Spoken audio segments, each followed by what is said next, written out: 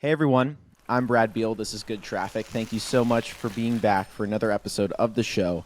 I'm joined for an exciting conversation this week, one that I have been trying to find a way to have for a while. I didn't know exactly. I want to continue this one. I don't know exactly who all the players are in it yet. But I knew for sure that this guest today was going to be the first person in this kind of series that I wanted to talk about and dive into the sub conversation in the urban planning, urban design, and kind of just micro mobility and mobility and transportation space in general that is parenting, and how we kind of look at how we move not only ourselves but our families as they continue to grow. And Maddy Novich, cargo bike mama, the Instagram sensation, one of my favorite follows on the app. I just love seeing you and your kids super happy moving around the city in New York outside of an automobile, which interestingly enough is still kind of rare when we see growing families, again, moving from point A to point B. So Maddy, first of all, thank you so much for being in Good Traffic today and for coming on the show. Thank you so much for having me. I'm really excited to be here and share my story.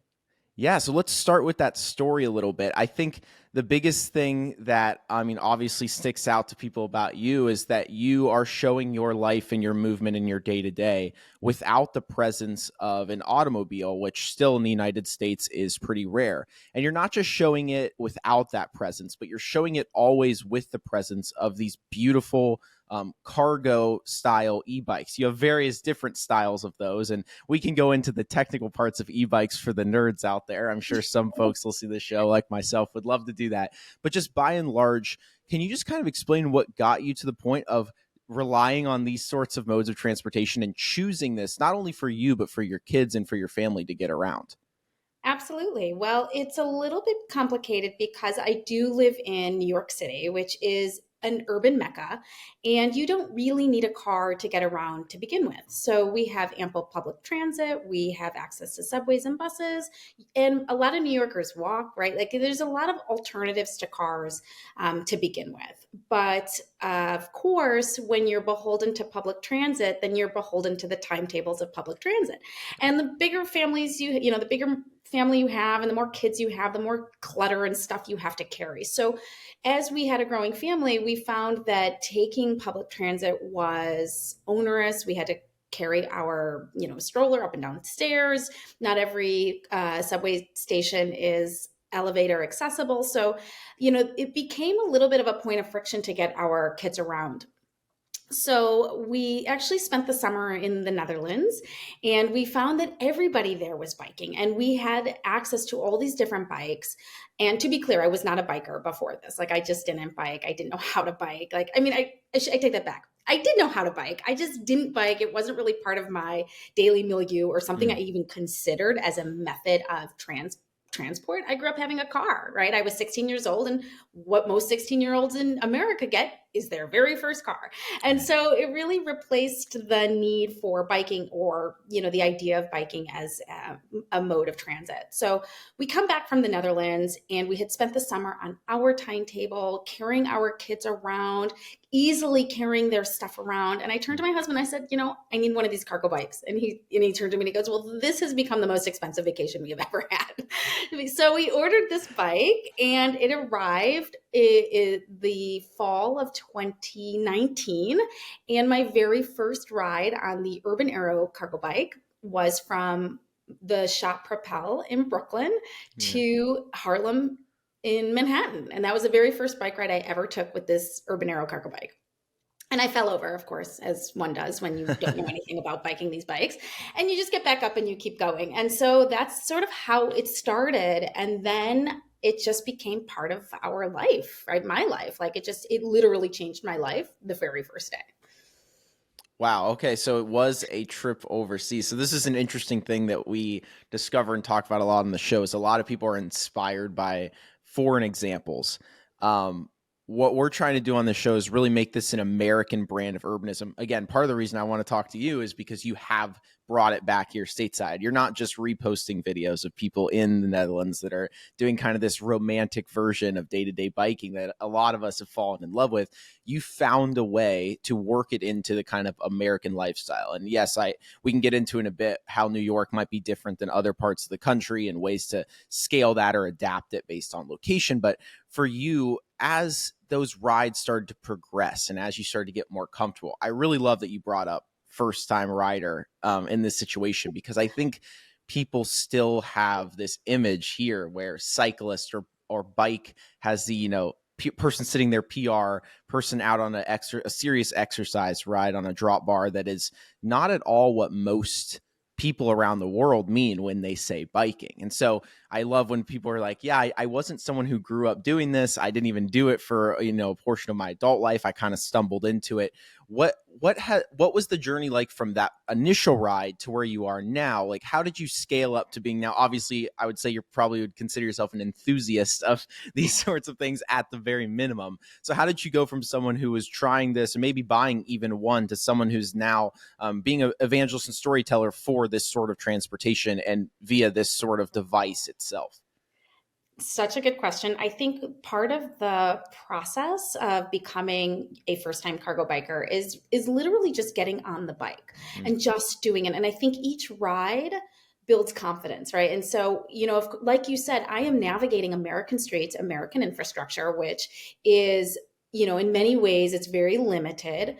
But when you are in these bikes, right, these are not little bikes. You're not trying to like weave in and out. These are humongous 100-pound bicycles that really, they're not competing with cars, but they claim their own space on the road. So when we're talking about mixed infrastructure, and so to your point is how do I get going on this is not having or not succumbing to the fear of like, I'm going to get hit by a car or my kids are going to get hit by a car, because statistically speaking, it's very, very rare. Right. So you can get hit by crossing a road, being a pedestrian. And so, the most times you're going to get hurt or hit is going to be car on car crashes. Right. So it's not actually car on bike crashes.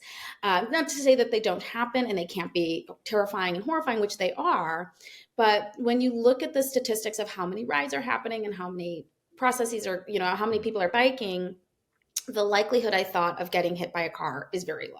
So that was one of the like first pieces of overcoming New York City traffic. Now, to be fair, New York City traffic isn't all Times Square and these like crazy cab drivers. Sure. A lot of New York City is very slow streets, right? So we have 25-mile-an-hour. People aren't like flying through. It is very comfortable. And again, with the size of these bikes, I am very happy and comfortable to just take the lane. And people can wait. They can honk at me. That's fine. I don't mind.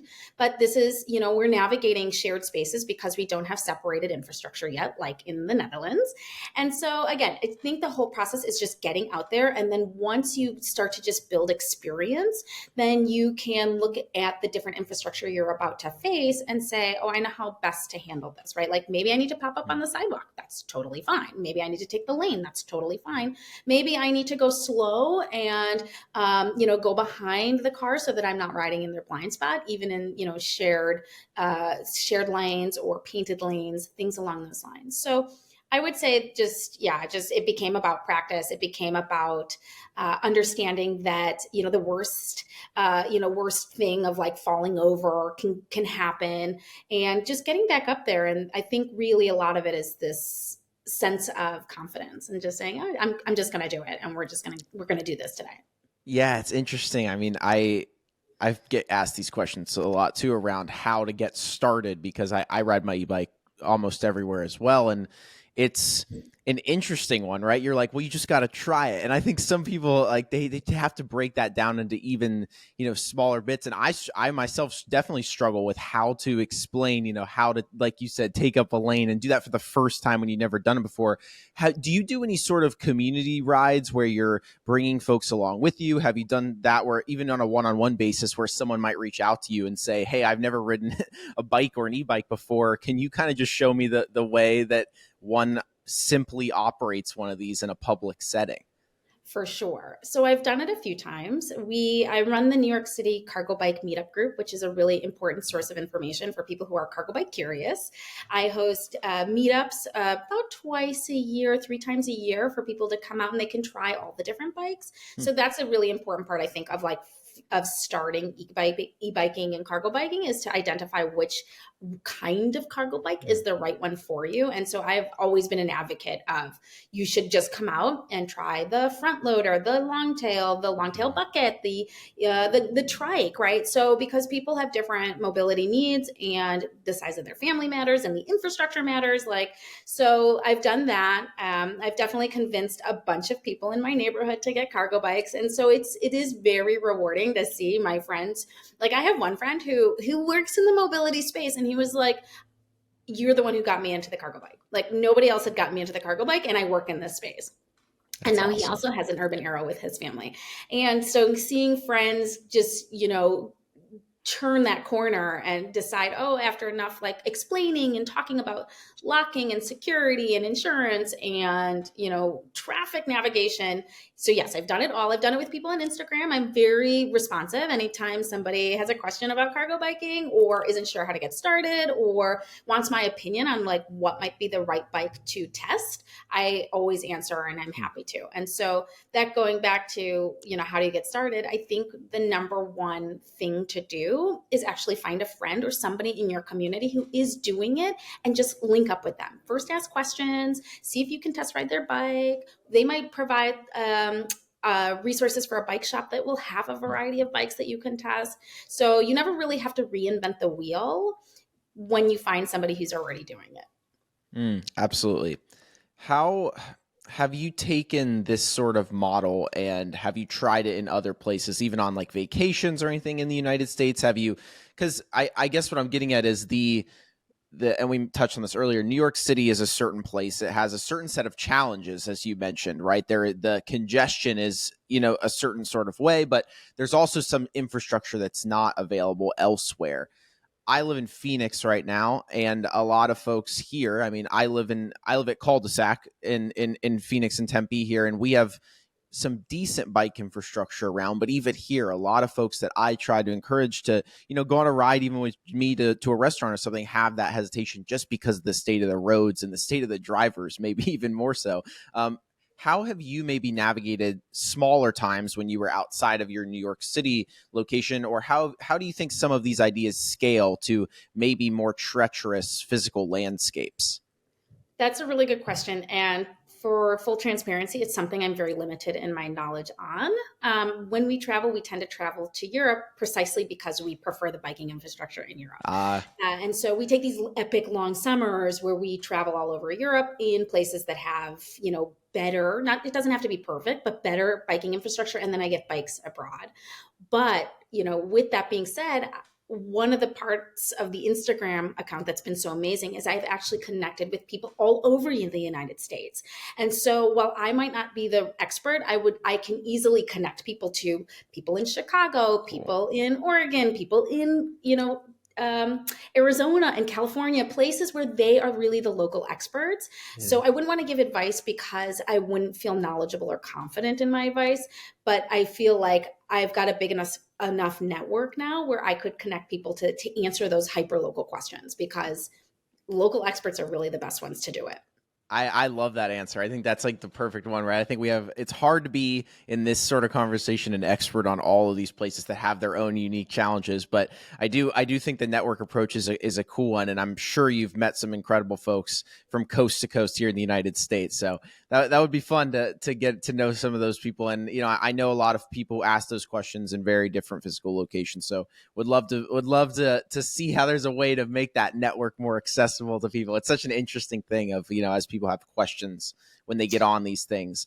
Is it better to have this structured network or this more serendipitous group that just helps folks along the way as they try things out? I don't know. It's an interesting thing to think about one way or the other. Yeah, for sure. I think that actually is very inspiring to me, to create a network, like to have people sign up and ask questions. This is something you'll find actually with a lot of the bike brands like Madsen, which is the red cargo bike, on my Instagram, Bunch Bike, the trike. They have these maps of owners. Mm, So you can actually that's connect awesome. with owners. The original intention is to test ride the bike to see if it's the right bike for you, Oh, but they're also going to be the local experts. So maybe what I'll do on my Instagram over the next couple of months is solicit people who would be willing to answer questions in their city or suburb. yeah. And maybe we can build a more formal list so that we can help people who are concerned overcome those fears and challenges. Hey, count me in. However I can help. That sounds awesome. A big map, a big network. I'd love to make that happen. That'd be very cool. I thought I'm going to work on that. I love that idea. Awesome. Let's pivot a little bit into the parenting specific conversation. This is what I am extremely curious about. I think there may be no greater reason why people own cars, and more so why it seems that every person in each household feels the need to own a car often. Again, maybe not always in New York City, but by and large in the United States, than parenting. I think I've heard that as the reason. I don't want to call it an excuse because I do think it's valid in most places given the state of the built environment. But whenever I talk to people about, living car light or car free, a lot of times the answer is simply, I would absolutely love to do that if I didn't have kids. And with that answer being so commonplace, I'm curious, do you think about that on a larger scale of like, how do I explain or communicate the way that I have been able to substitute these trips, or maybe even in a more optimistic sense, the way that I am choosing to do it differently and the benefits of that? Is that a very conscious part of what you're doing? And if so, I would love to hear kind of your thoughts and how you approach, your videos and your conversations to try to communicate directly with parents who may be having that same challenge or conversation within their own minds and households. Excellent question, and bear with me while I unpack it through my answers.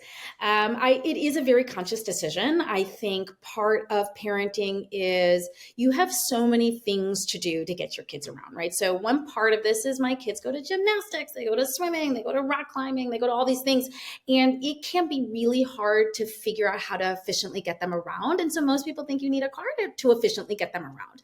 And for full transparency, like big sprawl, you do need a car that can go really fast. Like I totally get that. But what I think is really interesting, and when we look at different research about urban planning, is a lot of people's rides are within a 1 to 3 miles of their home, right? So that is something that can be easily done by bike. And I think that, people are concerned about carrying all their gear and carrying all this stuff. But again, these bikes are designed to carry 400, 500 pounds of weight, right? And you can do, you just have to be a little bit more creative. And so I think that's part of my parenting approach, is just to be really creative in how we choose to combat the American norm. And so the cargo biking is, I think, in essence, a direct competition to this SUV lifestyle. So I have found that getting my kids around has been very easy on a cargo bike. It's actually faster in many ways in New York City than going by car because I don't have to deal with traffic, right? I can Yeah. pop up on the sidewalk. If there is a garbage truck or a bus or whatever that is like blocking the lane, I can sort of navigate that much more efficiently. And so I think that's part of it. And so I think that, parenting is also about connection, when you are commuting. And so a lot of families, or at least in my experience, when I owned a car, when I was driving, the car experience wasn't fun. It was stressful. It was a point of like, yelling at everybody to get in the car, and then like, dealing with drivers and dealing with this stress of traffic. Mm. And you sort of take all that away when you're biking, because the biking itself, which is something I really try to push on my Instagram, becomes a point of connection and love with your family. And Mm. so when you're cargo biking, you're engaging with your community, you're engaging with your environment. Your kids are having these like amazing conversations about what they are observing in the park or along the bike lane. And it just changes the whole dynamic of, the idea of just commuting being a commute. It can be a point of family connection as well. And so that's been a very conscious effort for me to, something I've just been thinking about a lot. So that's another part of it. I think that also setting the example is really important. And so we are at a really critical point with our climate. And I am hoping to change my children's generations and their future to see that there are car-free options so that they don't have to be part of that contribution to killing our environment basically. So they're Sure. going to grow up thinking, oh, well, cargo biking is this normal option. Like I can do a car if I need to do a car, but I can also cargo bike when I need to cargo bike, right? Or and so sending that message, I think, is really important for future generations. um, did I answer a lot of the questions? Is Yeah, that okay? absolutely. I Yeah, mean, I I have threw. so much about it that parenting is so, and here's the other thing that I think is really important is that people get very concerned about safety, right? Like the idea of Mhm. traveling with their kids. And so they think the bigger the car, the safer your kid is. But when you actually take your kids out of traffic and you put them in bike lanes is among, the safest places to actually put your kids. So I think that's something that is really important. And you can transport little kids, right? So in the Netherlands, which again was my inspiration, they often, bring their children home from the hospital, like their babies. I wouldn't say we should do that now because our infrastructure isn't in place, Sure. but there are cargo bikes where you install on Mm. suspension the car seats. And Yeah. so we had gotten clearance, from our pediatrician at 3, 4 months when the neck stability could handle some of the rougher terrain meaning bumps, and of course. Sure. And it was liberating. We could travel with our infant and our growing family. So you don't need a car to get around. You can do things like cargo biking, and it's safer, it's more efficient, it's fun, it's more, it's better for the environment, and it sets an example. Yeah, so with that example setting thing, I love that, right? And I love the kind of societal, sociological level, but even on the interpersonal level with your own kids, as you started to allude to there, how do you think about so when your kids are younger, and again, I'm not a parent yet, but the when your kids are younger, they're more apt to want, at least this is how I remember my experience being, and I think others may be the same. You you're more apt to want to do things with your parents. You're excited to go along with what they think is best. It's your norm, it's all you know. As they start to approach maybe teenage years, things like that, where the car is kind of this cultural part of society that is seen, like you also mentioned earlier, as kind of this rite of passage when you get to 16. It's part of kind of your growing up, coming of age story. Obviously, we can add the commercial element into this, which is the longer you're alive, the more you're going to see this kind of sexualization almost of automobiles that occurs in the country and kind of inherently gets drilled into our brain. They've done a great job of this. How do you plan to set the example when those sorts of challenges come about? I think about this a lot as someone who, probably sees himself raising a family not in New York City, or but maybe a smaller city. Like I'm from Columbus, Ohio. That's cities like that are where we often talk about eventually settling down, having family. But in those sorts of places where all your friends in school are getting a car, they're getting their temps and driver's license, and that's like this big built to pinnacle moment of your adolescence and coming of age. How do you think that parents can maybe, I don't even know if it's stewarding away the attention to bikes or things of that nature, but how do we maybe make that a more attractive option that has some of that appeal to kids where that's what they want to do and look forward to doing after it's, hey, this is the thing I do with mom and dad as a younger kid? Such a good question. I think that and I'm observing this with my now 10-year-old, right? Yeah. So he has been cargo biking the majority of his life, or been a Mm, passenger the majority of his life. And my daughter, who's 6, right now, these are not teenagers, but what I've noticed is that it has become a way of life for them that they don't really question, right? It's mm, not about spending time with mom and dad. This is how we get around, right? Very much in the same way that it's become normalized as a car for many families, the cargo bike has become normalized for my children. And mm, so whenever I say, oh, we're going to take a car, they all fight. They're like, we don't want to take a car. And part of this too, and I don't know, if this is the same with, many families, is my kids always got sick in cars, right? So they get car mm, sick and they're throwing up all over the place, or the actual experience of getting in a car can be very uncomfortable, like especially in the summer when you get into a really hot car and you're coming in from the sand. It's like, not, these are all points of friction which I have found my kids inherently dislike. mm. Of course, if this is what you overcome it as you age, but I think that a lot of the time this has become their normal. And now my daughter is actually biking everywhere. She doesn't really Nice. like to take rides in the cargo bike because she wants to ride her own bike. So I think that when it isn't, billed as this, oh, we're going to do something different from society. It's just ingrained. It's sort of like ingrained in their brain as this is just the options. Then I don't think they're going to feel the same pressure. They're going to say, oh, well, why would I want to go in a car? You're stuck in traffic and it's gross and you vomiting and ugh, and so you actually can make it really fun. And this is the other thing is that cargo biking is really fun for the kids. And so when they're comparing the two experiences between car rides and bikes, the biking is always more fun. And Mm. so I haven't experienced the teenage years yet, but I can tell you that anytime my 10-year-old has been asked to take a car ride, he usually fights it and prefers to take the bike. Even the Huh. subway, he prefers to take the bike. So it's just an interesting thing. So I'll report back in like 5 years. Hey, I can't wait to hear how that goes. We had a guest on a few weeks ago, Mr. Money Mustache, who does a lot of, if you're familiar, but he was talking about on the show how he didn't do it for the same reason that we just were talking about, but he used to have an odometer on his son's bike and he would pay him like 10 cents a mile that he'd ride, but that was because he wanted to give him an allowance and he was trying to think of a creative way to tie it into something that was positive.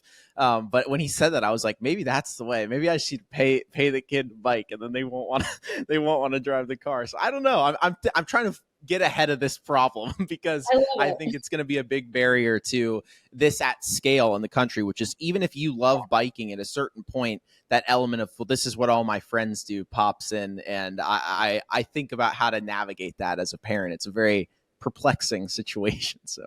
I agree. Well, we'll see. I think in New York, I think again, one of the benefits of, this New York City is there is no real normal in the city, right? Like anytime you Hmm. deviate from the norm, it's totally acceptable. So, my daughter now, she is one of maybe 3 or 4 kids in our entire school that bikes herself to school. So this has been amazing. So we, just to share a little story, she doesn't like walking. And, we realized that we didn't want her just sitting in the cargo bike and then sitting at school. So she decided that she was going to bike herself to school. And now she bikes herself to school. She bikes herself to the playground afterwards. She bikes herself to Hmm. gymnastics class. She'll bike herself to the grocery. She literally bikes herself everywhere. And it's transformed really her daily life and experience from being someone who is sort of carted around, which is kind of akin to being in a car, to somebody who just loves being, active. And I think that, when you are a cargo biker or a biker, your kids can start biking really early Hmm. and they love that independence that they get. Right. In the Netherlands, again, my source of inspo, their kids are biking by 3. Sure. And my daughter started biking by 4. And so now that she's 6, I feel more confident in letting her sort of bike the sidewalks in New York City. And she has just embraced it. And so, I don't think I'm ever going to have to fight with her to bike because she genuinely prefers it to both riding in the cargo bike and taking a car and all these other things. So So cool. I was just about to ask you that question, actually, which is, at what point? So one of my favorite things, for some context about this whole waning off of cars as a dependency piece, is that I don't think how much people realize, and parents specifically, that a lot of the reasons that they use a car or think they need a car are just to haul the kids around. It's not even for anything that's related to them specifically as an individual. It's actually more about their child's mobility. And with that, I think we don't realize how much independence and autonomy we're taking away from kids, and that very much in a learning laboratory sense, right? Not that they instantly have that autonomy, but it's them figuring out how to have the autonomy. And maybe if they were able to walk around their neighborhood and bike around the neighborhood more, we'd have some kids that maybe were a little more self-sufficient and ready to handle challenges as they get into their older years of life.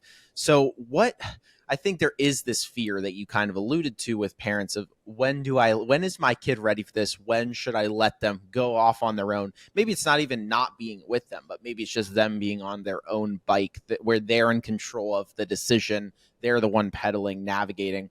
When do you think is the right time to introduce that into a kid's life? When, like, I think we over maybe are worried sometimes about, oh, they can't handle that at this age, but it sounds like you have really given your child a lot of faith and really trusted that, no, they can figure this out, and this is the way that they can learn how to navigate, but maybe that also has bigger implications for them as a decision maker in the world as they grow up.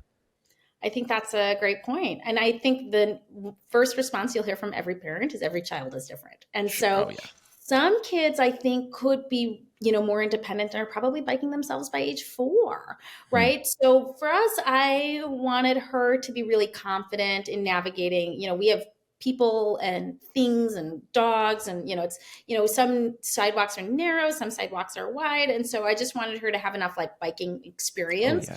to be able to navigate those situations well. And she probably could have done it last year, but we lived really close to the school, so we didn't need to bike. And so I think really it's up to each parent and child to assess whether they think their kid is capable of handling the dynamics of that path. And that is really the right answer, right? It's like there's no age is just a number. So it's like whenever those kids can feel like they can successfully navigate it, that's the right time to start. And what were some of the ways that you taught your child how to bike for themselves? How, especially in New York, I'm actually curious, how did you go about kind of that process of getting them on their own bike and then giving them that confidence from a very tangible perspective? So one thing that might be very surprising, I think, to a lot of people is that we have an absolute enormous amount of parks. And so any given space where you live in New York City, you can actually have access to a park that is a great biking park. And so when we were teaching them how to bike, we lived right on this park called Morningside Park. And it's this beautiful, beautiful park. And we never did training wheels. We used Cleary bikes, which they sent us as a gift as they decided to learn. Cool. But what made the Cleary bikes so great is that you could remove the pedals. So my kids actually started as bigger kids on these like balance bikes. And then one day, I just remember this very distinctly. My daughter, who had been balance biking for like maybe 6 months or 8 months, turned to me and said, "Mom, I'm ready for my pedals." And I was like, "Are you sure? Like, I'm not ready for you to have your pedals. Like, are you okay? Like, are you sure?" And she was like, "Can you put my pedals on?" And literally I put the pedals on and that was it. She just took right off. It was I didn't have to hold it, the bike. I didn't have to like guide her. She just decided herself that she was ready. And from there, it took a little bit. The starting is the hardest part, but you sort of start them on and decline a little bit, like ever so slightly, so that it's not as frustrating for them to figure out how to start and stop themselves. And just by having sort of the natural park, having like this little tiny hill going down, she would start at the top of the hill and then very quickly she was figuring out how to start her bike. My son is the same. What's interesting though about him is that he actually wasn't inspired to start biking until his baby sister was biking. Oh, that's really cool. Because he was used to the rides in the cargo bike. He's like, "Why do I need to bike myself? Like you ride me everywhere." But then he realized over the summer, again in the Netherlands, when he had a bike that was like a great bike, how fun it was for him to bike himself and like how much agency he had and independence he had. And so same thing, he learned in about 3 days because he was a little bit older and you could sort of talk about the mechanics of like biking with him, and started as a balance bike, put the pedals on, put him on a little slight hill going down, and off he went. Wow. So freeing for families, I think, as a whole, right? And then that probably gives you some time back in your day when there's some little rides, or maybe you still like to ride with them. I don't know, but there's still, yeah. I mean, for you enjoy it, so it's a cool thing. But I just think that's it's such an important piece to the car conversation that we don't talk about enough, which is that the time spent that you get back by empowering your kids to move themselves goes right into your time bank and allows you to have more flexibility in your day as a parent and as an adult, which I think is just such a valuable piece to it as well. So I like to remind people that as much as possible. Absolutely. And actually, it's interesting that you say that. That was the reason why I got the cargo bike in the first place is I was, I'm a mom of 3. I'm full-time working, and I just didn't have the time to spend waiting for a bus or a subway anymore. And so that was one of the reasons why I was like, I just need to reclaim as much of my day as I can. And something that my husband and I actually talk a lot about is this idea that we don't spend time really commuting nearly as much as other people do because we're so efficient on these bikes. Yeah. And so, for example, we have Thursdays are generally our sort of hustle day.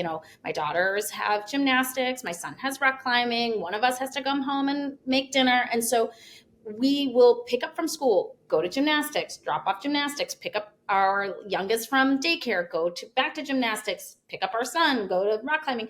All of this can be done in the span of about 45 minutes. Hmm. Because again, we're within this 1 to 3 miles. And on an e-bike, you're covering that land really, really quickly.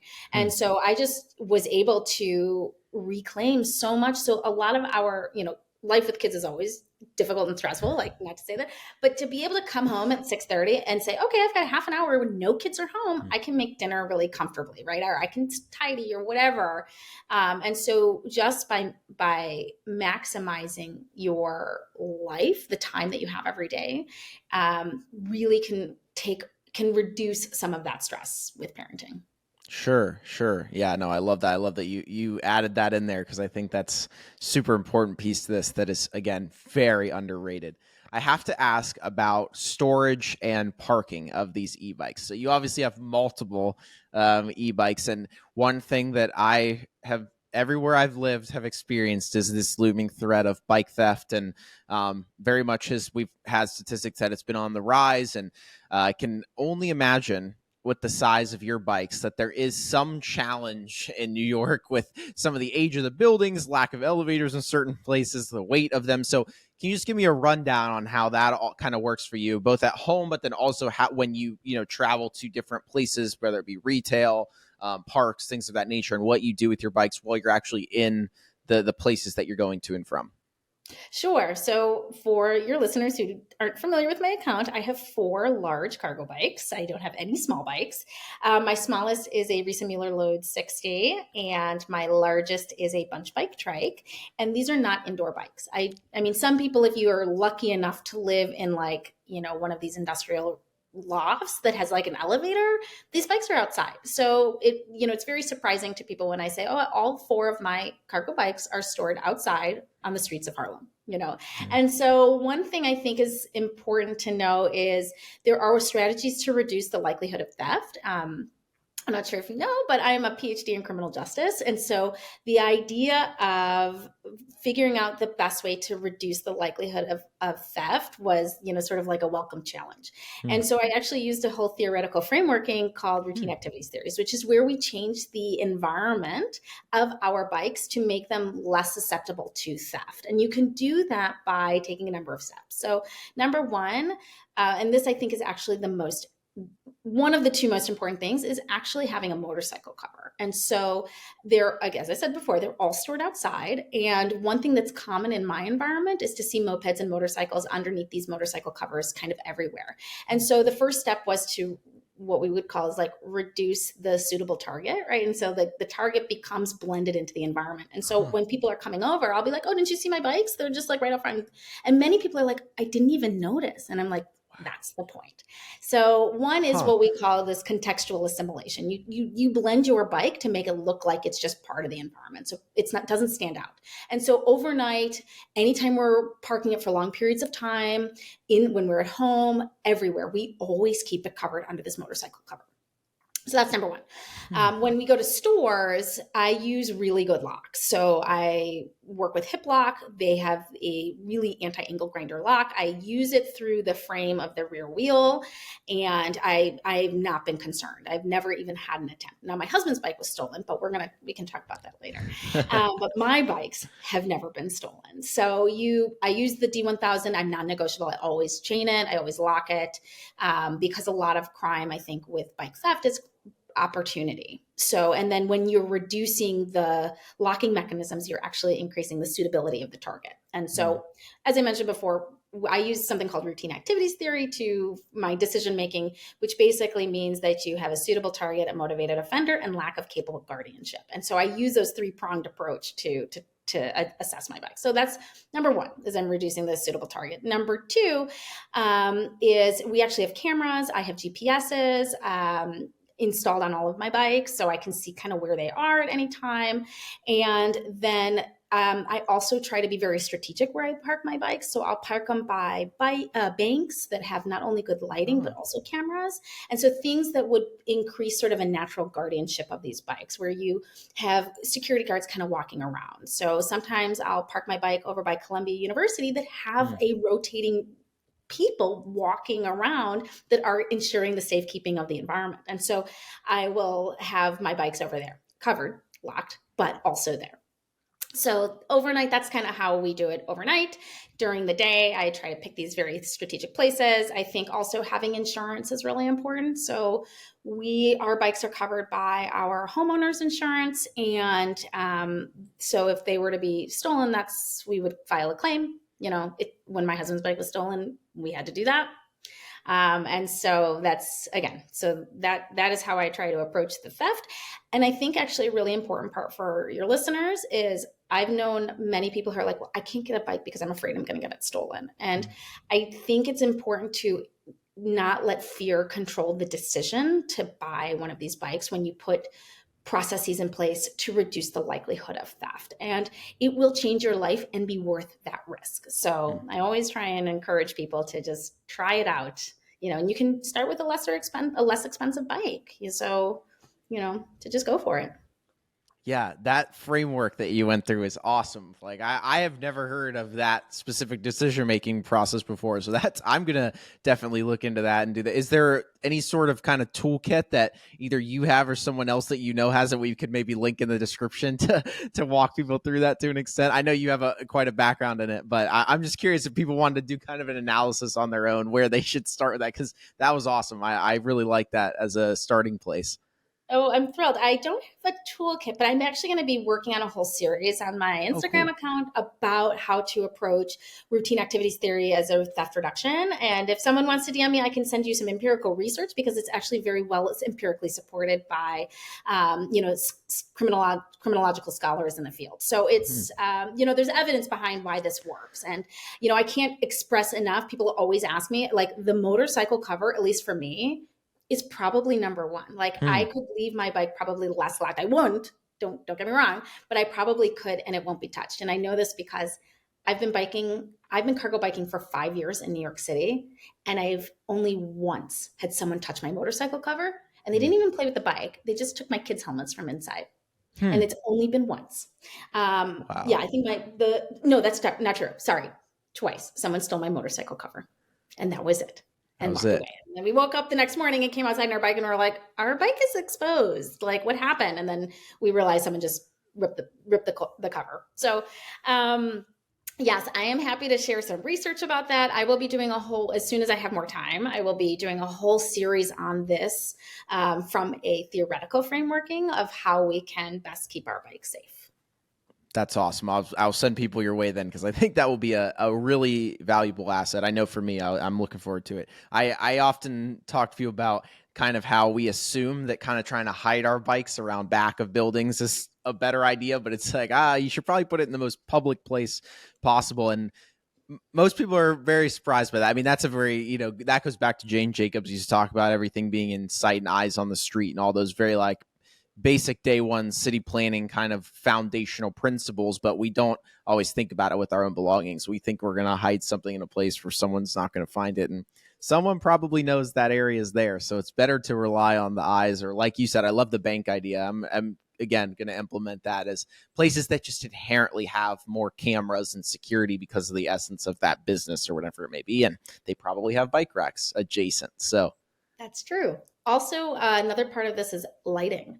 So research shows that the more well lit these environments are, the less likely you're going to have crime occur. Not to say that it won't, but lighting is really important because it allows for greater levels of guardianship, right? People can see. And that is one of the reasons why you see these urban designs implementing a lot of lighting in parking lots and things like that, because there can be attacks on these widespread, large spaces that are dark. So always look for bright lighting as well. Totally. So with that all in mind, I want to get into, as we start to wrap up, some of your recommendations. I think that it's like anything, right? Anyone that's getting into this, any sort of new purchase, especially a big one like this, it's super overwhelming. There's a lot of knockoffs. There's a lot of companies that are imitating others, and maybe you're making an inferior product. Again, this is probably one of my most common questions is I ride a Rad Runner Plus basically everywhere, but I've owned quite a few different Aventons and Saunders and other e-bikes. So I get a lot of questions about which bike is a good starter bike, I haven't gotten as many about cargo bikes since I don't have a ton of experience with them, but I would love to know maybe your 3 to 5 recommendations for someone who's just getting into this, as maybe looking to either rent one for a short period of time or purchase a cargo bike, or maybe just an e-bike in general, wherever you want to take the question. But I would love to hear your recs. Okay. So, not to overparent on this one, but it really depends on how big your family is. Sure. So, if you have one kid, I love my Load 60, my Risa Mueller. If you are 2 kids and considering growing, I think the Urban Arrow is a really good starter bike because it's big, it's safe. You can carry an absolute ton. It's also really great for visibility. I also love, and this is new to my collection, Hmm. is the trike. I didn't expect to like it as much as I do, but for Huh. really big families, I think like 4 kids, this is a fabulous bike because you don't have to balance. It's also Hmm. huge. And I think the balancing, it can be very challenging for people who haven't cargo biking. Now, for me, I wasn't biking. My first bike is a cargo biker. So I didn't have to Ah. relearn or change how I biked at all. But I did find that the bunch bike and the trike really comfortable. Hmm. For a little background, I'm only 5 feet and about 115 pounds. So I'm really petite to be carrying these bikes. And I do think that that makes a big difference as well. So people who are taller, long tails might be a better option. And you can get more affordable price ranges in the long tails. I found them, except for the Risa Mueller multi tinker, I found long tails a little cumbersome for me. They're just really hard for me to balance because my Hmm. center of gravity is very low already. So, again, I'm more of an expert, I think, in the front loaders. And so I would say for people who are just getting started, the number one thing is to go and test a bunch of bikes Hmm. because it really will depend on your comfort level and what you feel confident in riding. And confidence is more important than anything else, I'd say.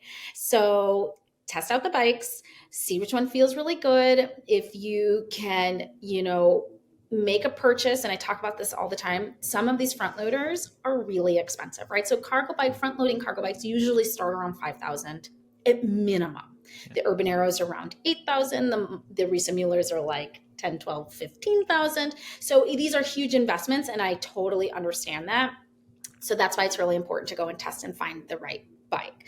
If you can afford the front loaders, you can also buy them secondhand. That's, I think, a great thing is these bikes never really lose value, but they do change hands as family dynamics change. So you can find, secondhand bikes to go and test and try. So that's kind of like my tip number one is you got to try all these different bikes. And that's really, really important. I think the second part is to find a friend or find somebody in the neighborhood or somebody else, because a huge part of not cargo biking is having to feel like you're alone in this process. And it's really can be scary when you're coming away from car culture. So that would be tip number 2. And tip number 3 is have fun, right? These are really, really fun things to do. And try and enjoy it as much as you can. And finding the right bike, having the confidence will lead to number 3, I think. Oh yeah, I would assume so. Do you have a favorite secondhand marketplace, or you just use Craigslist, Facebook Marketplace, those sorts of things? Craigslist, Facebook Marketplace, and sometimes the local bike shops. So I just Yeah. discovered that one of our local bike shops sells secondhand turns, which are great. Like I actually have never owned a turn, but turns are great long tail options, and they store in apartments. So that's another thing is like I have huge front loading cargo bikes. A lot of people choose long tails because you can actually bring them inside, and the turns can like stand up on their rear wheels, right? So they Yeah, really yeah. space saving. And also things like Go Cycle. I'm not sure if you're familiar with them. Yep. They're a new e-bike. They just came out with a cargo line. Now I haven't tested it, but they Oh, have a folding long tail bike, which I think is kind of neat. So yeah, I think, but again, like you really need to test the bikes. I cannot stress this enough to find out where your comfort level is because it changes significantly on infrastructure, size of family, etc. totally. And I love that you mentioned the trike option, because I have a lot of people that are like, those look a lot more stable than the other ones. And I'm like, yeah, I haven't ridden one, but I would assume so. So I recommend trying those out. They are stable. They're very stable with lots of weight. You just go slow and steady. These are not fast, agile bikes. And so that's something that I think is really important is most people assume that they don't fall over. They can tip if you're taking a turn at high speeds. I see. So, it's things to keep, whereas the 2 wheels, you are like cruising, right? You are moving really fast. But the trikes, you are they're like the minivans. You just take them slow and you will get where you need to go safely and in one piece. Absolutely. I love the minivan analogy too. That's how I kind of see a lot of what you're doing is this is kind of the new what I'm hoping becomes one of the new minivan options in the United States. So, Same. um, the last question that we ask every guest on the show, I'm very excited to hear your answer. It's called Good Traffic, this show. The conversation, what we're trying to do is really look at this thing that's unanimously seen as kind of ugly and inconveniencing to our day and see how it could become more dynamic and beautiful and how movement could actually become a kind of peak part of our day-to-day lives and our routines. And you're doing this more, if not, more better than anyone probably that I've had the privilege of talking to and that I know just based on the videos I see of how you're moving around and how excited you are to talk about these things. So I would love to know, out of all the places you've ever lived, what has been your favorite commute that you've ever had? Oh, so I think I've spent the vast majority of my adult life in New York City. So I'm so privileged to live here. Yeah. My favorite commute is really biking through Central Park. Hmm. I take it back. Central Park is very much on point with the West Side Highway. And Oh, yes. those two commutes are the most beautiful commutes I have ever seen. I can't express what it feels like to be biking in nature and along water and seeing playgrounds and parks and then still live in this urban metropolis. It's Yeah. just like it's beautiful. And what's really interesting too, the reason why I say the West Side Highway is because you're going up, you see the Little Red Lighthouse, which is the last lighthouse on Manhattan. You see Yeah. there's this art, he's a sculptor, and he just does these sort of impermanent rock sculptures. And as you're biking up the West Side Highway and up through, towards Riverdale, you see like what his most recent sculptures are. It's like it's mind-boggling. And then you see families and you see all these, these beautiful elements of New York City and realize you're in New York City and you're still getting nature. And so I'd Hmm. say biking the West Side Highway is unbelievable, and it's safe. It's separated from cars. There is no traffic there. Well, that's not true. There are other bike traffic and pedestrian Yeah. traffic because we don't have enough spaces, right? So we're Sure. crowded because we are all desperate and in demand, and we need more and better um, separated spaces for our New York City residents. Now, to that point, I do also have to say that Central Park is car free, and it is Yeah. biking through Central Park through these iconic parts that we've grown up on movies and seeing, and just being able to cruise by and see the reservoir and these buildings and like still be surrounded by cherry blossoms, and so it's just like these are just unbelievable experiences to be able to have as part of my sort of daily commute.